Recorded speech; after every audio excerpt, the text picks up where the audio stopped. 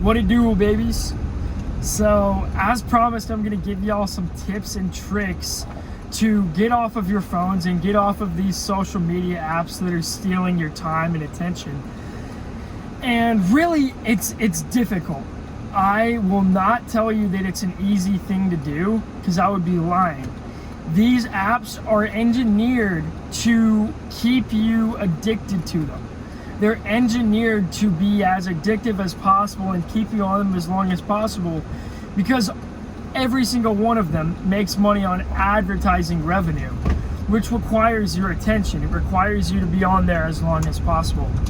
And so knowing that these things are addictive, I've got a couple tips that will kind of help you reframe your mindset around them and hopefully take control of the time that you would normally spend on these apps.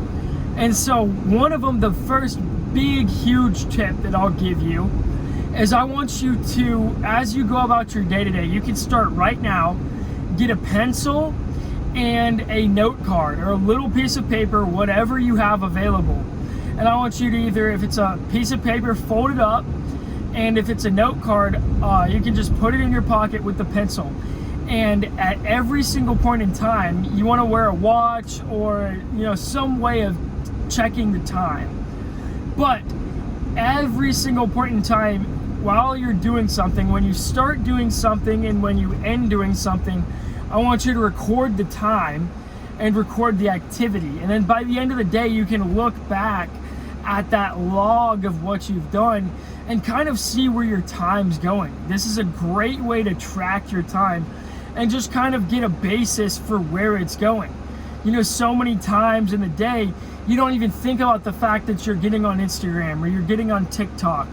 Whatever the case may be, you don't even realize that it's happening. This will first focus you and help you to understand what you're doing with your time. And so that, for a lot of people, just that one exercise will be a life-changing thing. Because you're gonna do that and you're gonna see, oh shoot, 5 minutes here, 10 minutes there, that adds up to hours out of your day that you're spending on social media, not doing anything, just consuming, rather than producing. So that's the first thing that I want you to do. Then the second thing, and this is far harder than that, because that you're not really necessarily doing anything other than just logging where your time's going. You're not trying to change any of your habits.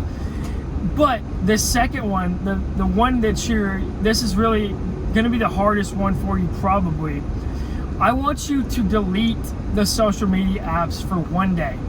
Just one day, that's it. Just one day, and just see how it goes. See what you find yourself trying to do in those times where you would normally use social media. And just, see what happens. Just have a little experiment with yourself and see what happens with that time. And so it'll start to kind of show you, open up your eyes to the amount of time that you have just freely available.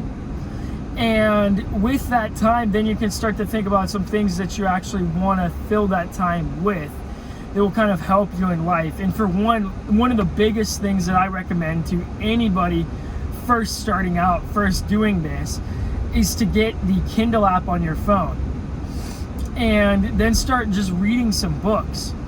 Just in that spare time when you have an extra 2 minutes, you're sitting on the toilet, whatever it is, you hop on your phone, hop on the Kindle app, and just start reading a page or two of whatever you've got going on.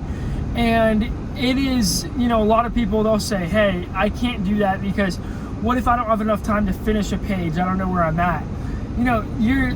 First of all, that's a shitty excuse. Like, you got to try a little harder with an excuse. But second of all, you can actually highlight the sentence on there and make a little highlighted mark. And so when you come back to the book, you know exactly where you paused. And so that's number 2. Number 3 is, if you're on an iPhone, I'm sure Android has the same type of thing, but if you're on an iPhone, one thing that you can do is you can go into your accessibility settings and you can change your colors. There's a thing called a color filter, which you can turn on. You turn on the color filter to grayscale. And so then what that'll do is it changes all of the colors on your phone to just different shades of gray. And so it makes your phone far less appealing and far easier for you to not take time looking at these apps that are made to be super, super engaging. So as soon as you open up Instagram, all you see is just, the same gray colors. It's not going to be nearly as appealing to your senses, and so it probably will not take as much of your time. And so that's the third thing that I want you to try. And then anybody can leave in the comments things that they think would be helpful.